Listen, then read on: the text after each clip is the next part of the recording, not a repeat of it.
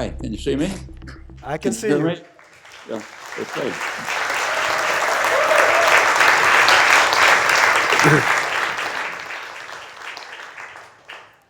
Welcome to acTVism Munich, Professor Noam Chomsky. Thank you for joining us again. Glad to be with you.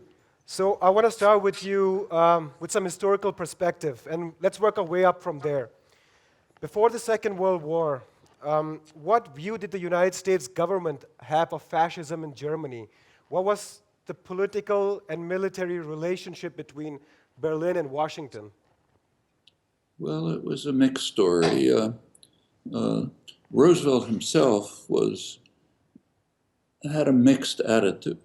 He, for example, he was pretty supportive of Mussolini's fascism. In fact, described Mussolini as that admirable Italian gentleman. He later concluded that Mussolini had been misled by his association with Hitler and had been led kind of down a wrong path. But the American business community, the power systems in the United States, were highly supportive of Mussolini. In fact, even the parts of the labor bureaucracy were. Fortune magazine, for example, the major business journal, I think in 1932, had an issue with the headline, I'm quoting it, "The wops are unwopping themselves." The wop is a kind of a derogatory term for Italians, and the wops are finally unwopping themselves under Mussolini. They're becoming part of the civilized world. It's there was criticism of the Italian invasion of Ethiopia, a lot of criticism, but basically pretty supportive attitude towards Mussolini's fascism. When Hitler took over, the attitude was more mixed. There was a concern for potential threat, but nevertheless, the general approach of the U.S., the British even more so, was fairly supportive. So, for example, in 1937, the State Department described Hitler as a kind of a moderate, fending off the dangerous forces of the right. Sorry? Excuse me, there was a technical problem. Just continue. I should continue? Yes, please. The State Department described Hitler as a moderate who was holding off the dangerous forces of the left, meaning the Bolsheviks, the labor movement, and so on, and of the right, namely the extremist Nazis. And Hitler was kind of in the middle, and therefore we should kind of support him. This is a pretty familiar stance, incidentally, in many other cases. George Kennan, later famous as one of the architects of post-war policy, was actually the American consul in Berlin up until Pearl Harbor. And he was sending back reports, which are public, which were qualified. They said we shouldn't be too harsh in condemning the Nazis. There's a lot of what they're doing is kind of understandable. We could get along with them and so on. This is one strain, and a major one. There was also plenty of criticism and condemnation, but the general attitudes were fairly mixed.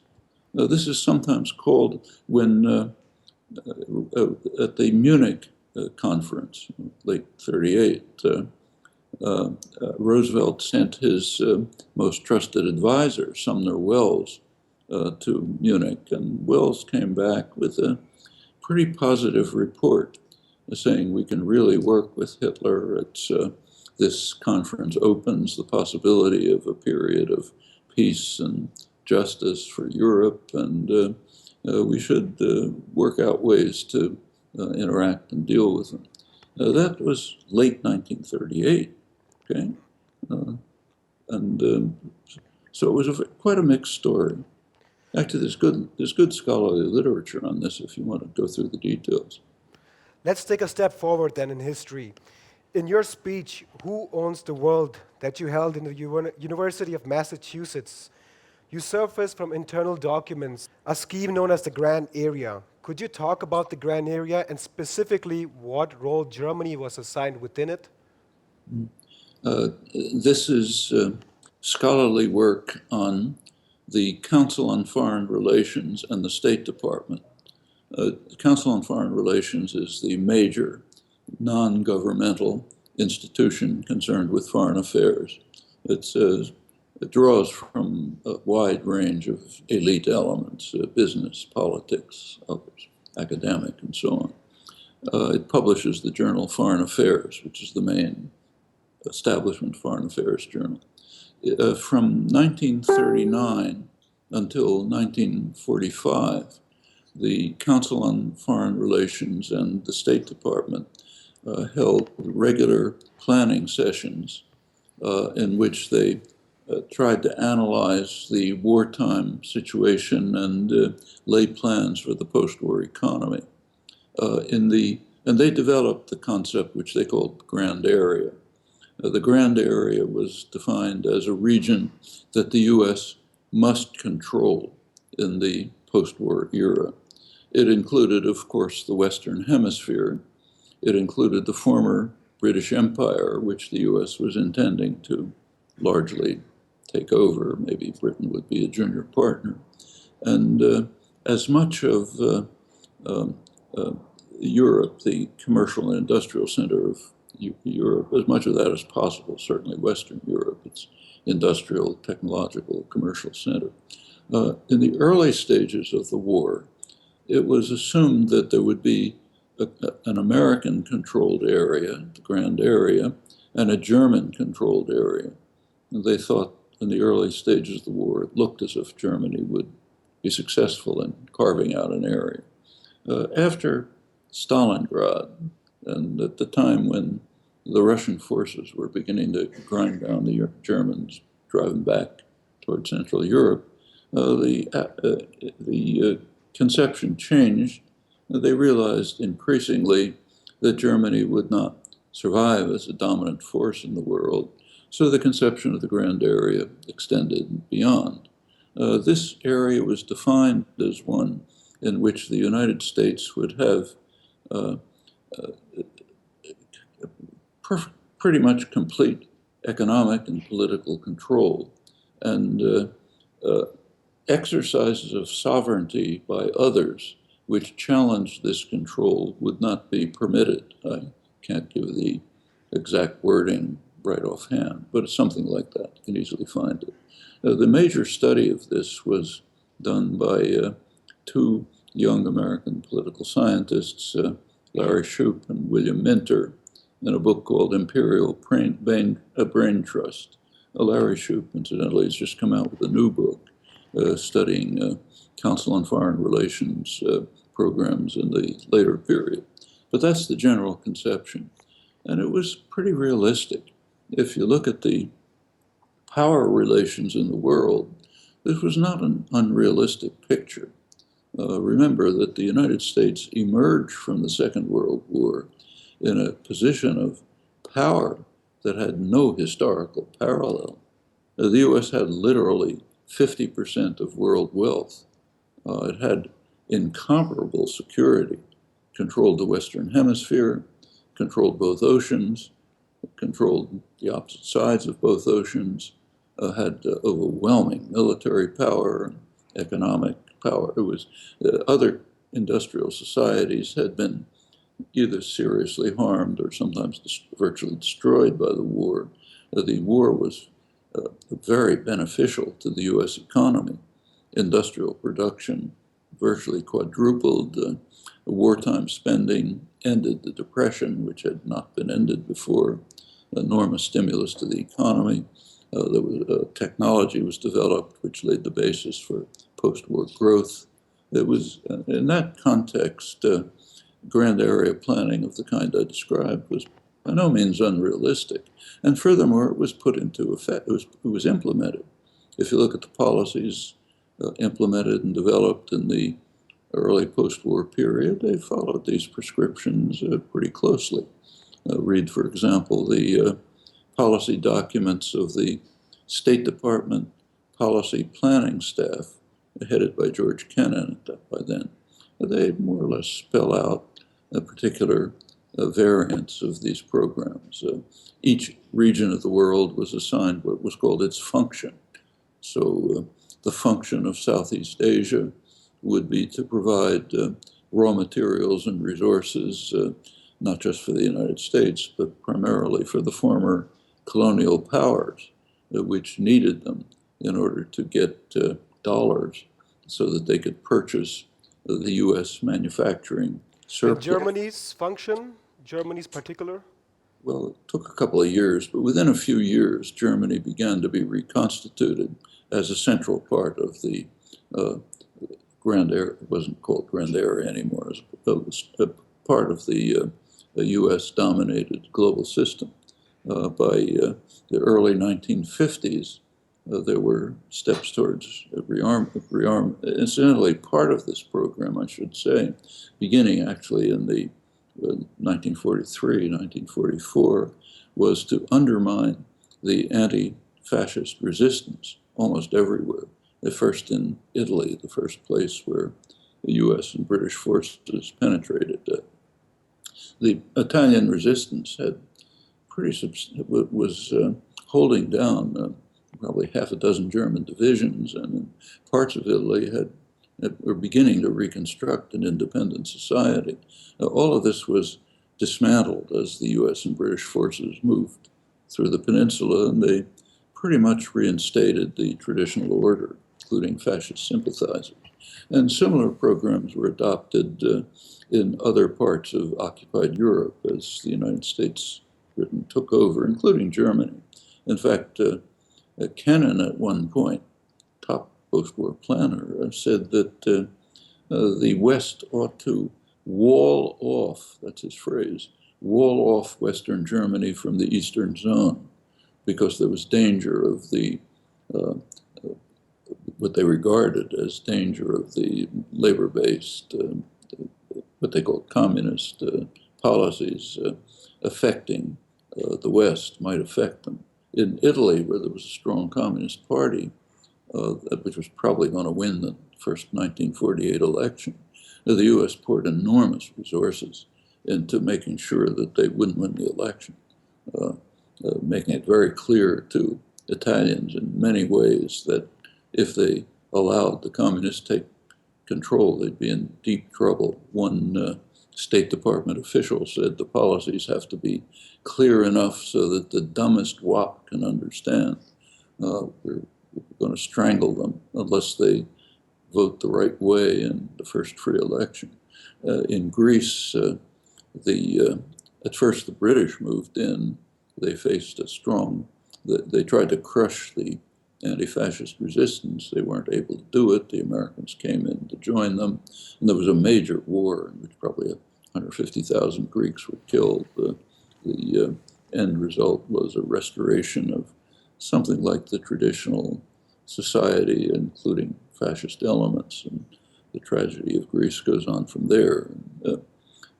Later in the 1960s, there was a real outright fascist coup in Greece, military fascist coup, strongly supported by the U.S., continued to support it until it was overthrown by the Greeks in the mid-70s. Excuse me for interrupting you. Let's move forward to economic policies during that era in Europe. There was a huge rebuilding effort in Germany under the Marshall Plan. And in Germany, it's seen in the mainstream perception in historical literature, it's seen as a very noble endeavor. It was based on principles of cooperation and so forth and so on. However, in your book titled Understanding Power, you write, and let me quote you here, Marshall Plan was designed largely as an export promotion operation for American business, not as the noblest effort in history, and it failed. Can you please elaborate on that, please? That's approximately what it did. And most of the Marshall Plan money actually was transferred from one bank to another in the United States. Part of the Marshall, there was a big problem at the time, a major problem of industrial production. The U.S. had a big surplus of industrial production. And the world just didn't have markets. The world was virtually devastated by the war. So part of the attempt to create markets for U.S. excess production was what I described before, ensuring that the former colonial areas would provide dollars to Europe so they could purchase U.S. industrial production. It's called triangular trade programs. Another was the Marshall Plan, which did provide funding to purchase American exports. In the course of it, Europe did develop. Incidentally, about, I think, probably $2 billion or so of the 13 billion went for oil imports. That was part of the U.S. effort to turn Europe into an oil-dependent economy. The United States controlled the oil. Europe had coal, not oil. And same in Japan, to try to turn them into oil-dependent economies. The reason, which was again expressed clearly by George Kennan, was that if we did that, we would have what he called veto power over their policies, because we would essentially control the energy spigots. So all of that is not to deny, but in fact was true, that it did help European recovery to some extent. How much is argued, but to some extent it did develop the European economy, but it was also a big boost to the United States. In fact, if you look at the business literature in the United States, they describe this program correctly as the source of the modern multinational corporation. It provided opportunities for the U.S. multinationals then beginning to develop extensively to move into Europe as a major area for investment, production, marketing, and so on. So like most governments aren't altruistic institutions. They're working for their interests, and that means the interests of dominant elements within the society. And they can sometimes have beneficial effects, but those are rarely the driving forces, not just the United States, anyone else as well. Now that you've given us a historical perspective, let's move to certain developments that have been happening today. According to a report by the Department of Defense dated June 2015, there are 44,660 US troops stationed in Germany. It is estimated that there are circa, and reports vary, but let me just point this out, 170 military installations, and one of the most vital being Ramstein, where drone operations, as you know, are conducted from there. What do you think is the view of the US political and military establishment towards Germany today? Is there any significant change since what you've described before? Well, if you go back to the early 50s, there was always concern that Europe might move in an independent direction, independent of US power. It might become what was called at the time a third force in international affairs. Now, the dominant force was the United States. The second force was the junior superpower, Russia, Soviet Union. And there was concern that Europe, which is of course a rich, developed, advanced area, might just move in an independent direction. There were various proposals for this, like de Gaulle advocated what he called a Europe from the Atlantic to the Urals, including the major parts of Russia, major developed parts of Russia. Willy Brandt's Ostpolitik was another move in that direction. And the US was always concerned with it. In fact, one of the functions of NATO, it's generally understood, was to ensure that Europe would remain under the US aegis, would not move towards an independent direction. And those concerns still exist, and in some ways are even greater. Europe does have the capacity under German initiative to move in an independent direction. And there's some steps in that direction. In fact, it's very current, in fact. Take, say, the Iran nuclear deal that was just made. The European powers Germany, France are very enthusiastic about it.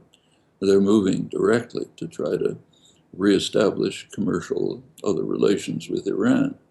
European, the ministers of the government or corporation executives are flocking to Tehran to try to set up deals and arrangements. It's not happening from the United States. On the contrary, it's even possible that the U.S. might undermine the agreement, not the executive, but Congress might find ways to undermine the agreement. In fact, if you take a look at the Republican primaries taking place right now, just about every leading candidate has said that when he's elected, he's going to cancel the agreement. In fact, several of them have said, when we're elected, we're going to bomb Iran. Now, that's quite different from the European attitude. And it's one of a number of ways, there are quite a few, in which Europe and the United States, or the dominant elements in the United States, are following different paths. This kind of conflict has existed for a long time. As I say, it goes back to the early 50s, and it takes different forms at different times. With U.S. power declining in the world relatively to others, it's still overwhelmingly dominant, but it is declining. The options for Europe increase, might move in that direction. And of course, Europe means primarily Germany. In September of this year, the US announced that it will be sending around 20 new type of B-6112 nuclear bombs here in Germany at the Büchel Air Base. Each of these bombs has 80 times the explosive power of the nuclear bomb that exploded in Hiroshima. And most notably, German taxpayers will cover 1/5 of these costs. Do you think that Germany is violating Article 1 and 2 of the Nuclear Non-Proliferation Treaty, which it ratified, I think, in 2003? Well, these treaties are somewhat vague in their formulation, so whether it's an explicit violation is a kind of technical question. The more important question is, should Germany be doing it? And in my view, absolutely not. The existence of nuclear weapons is a major threat to survival. If you look over the record of the past 70 years, it's a virtual miracle that we've survived, literally. There are a number of times when the world has come literally a few minutes from a terminal nuclear war. So in 1979, for example, there was the U.S. automated response systems had detected what they determined to be a Russian attack. The reaction should have been a preemptive nuclear strike on Russia. The National Security Advisor, Zbigniew Brzezinski, was virtually on the telephone to tell the president, authorize a nuclear attack, when information came in saying it was a false alarm. In 1983, a couple of years later, the Reagan administration was carrying out simulated attacks against Russia to test Russian defenses. Operation Able Archer, it was called, including nuclear threats. The Russians took it pretty seriously, it turns out. And there was we now know that it was a real war scare. Right at that time, the Russian automated systems detected what they took to be an American missile attack. The protocol was there was a single human being named Stanislav Petrov, who was supposed to take those reports, hand them over to the high command, in which case there probably would have been a preemptive strike. He just decided not to do it. And that's why we're here talking about it. And there are many other cases like that, including real adventurism, Cuban Missile Crisis, others, complicated story. But to maintain these systems is, at every moment, raises the possibility of a serious nuclear attack. And remember, an attack by any major power will destroy the attacker, even if there's no response, because of the effects of nuclear winter. It's been understood for decades. So to try to increase these threats is grotesque. They ought to be reduced, not increased, if we intend to survive.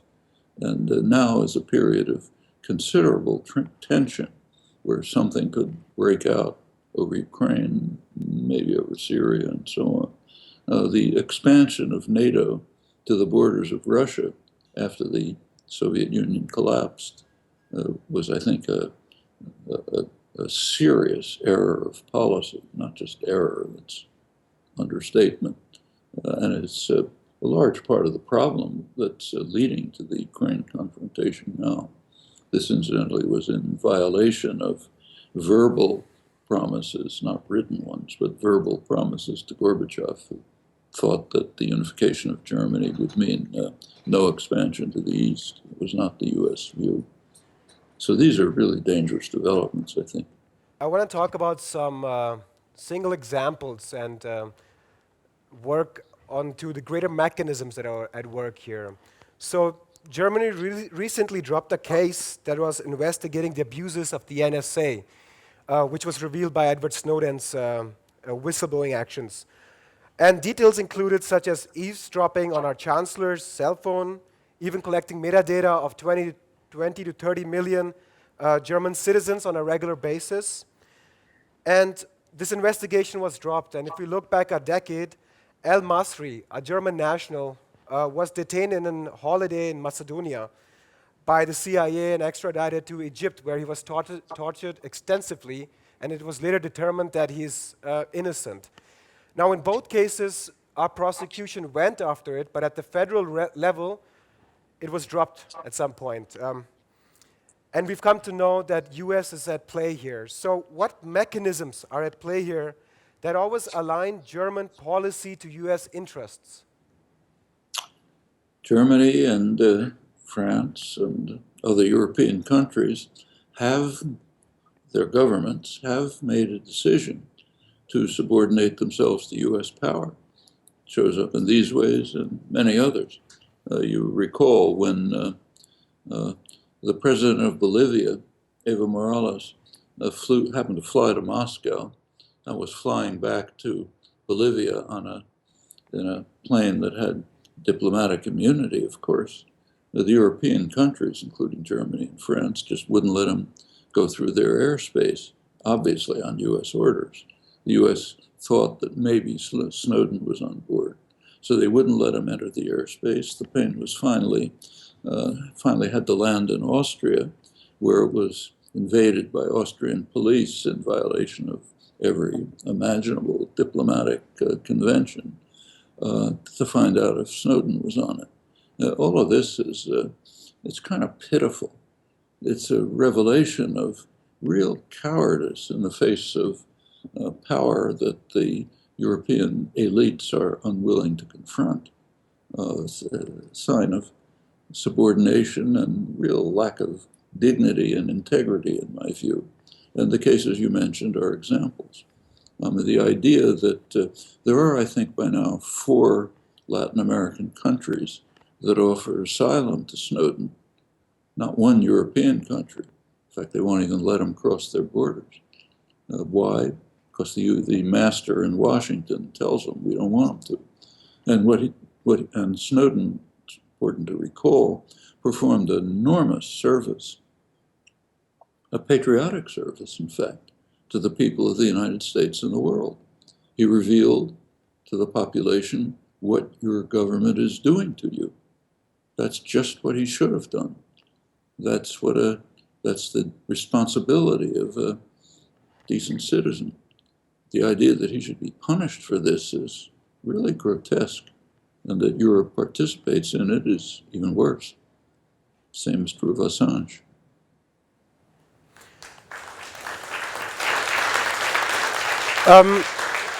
There's some resistance to U.S. military presence here, such as peaceful demonstrations that take place here Monday in Munich, every Monday, and yearly demonstrations against the security conference in Munich. And more recently, demonstrations are developing in Ramstein, in front of the drone base. However, these grassroots actions are immediately associated to the nationalism of the 30s, that we are uniting as a nation and standing up, by the mainstream press immediately. So you've described this sort of action by the mainstream media as the fifth filter. Could you briefly touch upon that again, and why the mainstream media uses this sort of action to quell grassroots movements? The mainstream media are an ideological instrument. They have owners, they have commitments, they have advertising support, and so on. They're very valuable. I mean, I read them all the time. I'm glad they're there. But we shouldn't have any illusions. They're not coming from Mars. They are based on existing institutions of power and domination within our societies. And that affects the way, what they choose to discuss at all, some things they don't discuss, and the ways in which they do it. It would be almost a miracle if that weren't true. And when they condemn actions like these, that should be taken as praise. Say we're doing the right thing. If these institutions condemn us, that's pretty good reason to think we're doing the right thing. It happens to be counter to their particular interests, but they don't represent the public interest. They represent certain special interests of power and domination and privilege. So if they don't like what we're doing, fine, let's continue. And it is the right thing to do, at least if you care about the survival of the species. And that's what's at stake. We should recognize that in the case of nuclear weapons, as well as environmental catastrophe, we're really talking about survival of the species. In the case of nuclear weapons, literal survival. And as again, I repeat, it's come very close in the past. And there's no reason to think that's not going to repeat. Germany has strong economic interests in the Middle East. To name a few examples, it is selling tanks to Saudi Arabia, and it's providing submarines to Israel. What implications do these relationships have on democracy and the security of the population there? I think they harm the security of the population. Take the submarines. These Dolphin-class submarines that Germany's providing to Israel are instantly refitted in Israel to have nuclear weapons capacity, and that's not aimed at defense of Israel. Nuclear-armed submarines don't defend Israel. They are meant for attack. That's what they are. And we know what attack they're aimed for in the short run, attack on Iran in the Gulf. That's a terrible threat, not only to the Iranians, but to the world. And Israel, after all, has a doctrine, official doctrine. They say they're free to attack Iran if they choose to. Furthermore, Israel is engaged in what the Pentagon describes as a war against Iran. So is the United States. The U.S. Pentagon declares that cyber war is an act of war. NATO last year agreed that at a NATO conference that a cyber attack against any NATO country would call into operation the mutual defense provisions of the NATO treaty, which means every NATO country would be entitled to respond to a cyber attack by a military attack. The U.S. and Israel are not only carrying out cyber attacks against Iran, they're proud of it.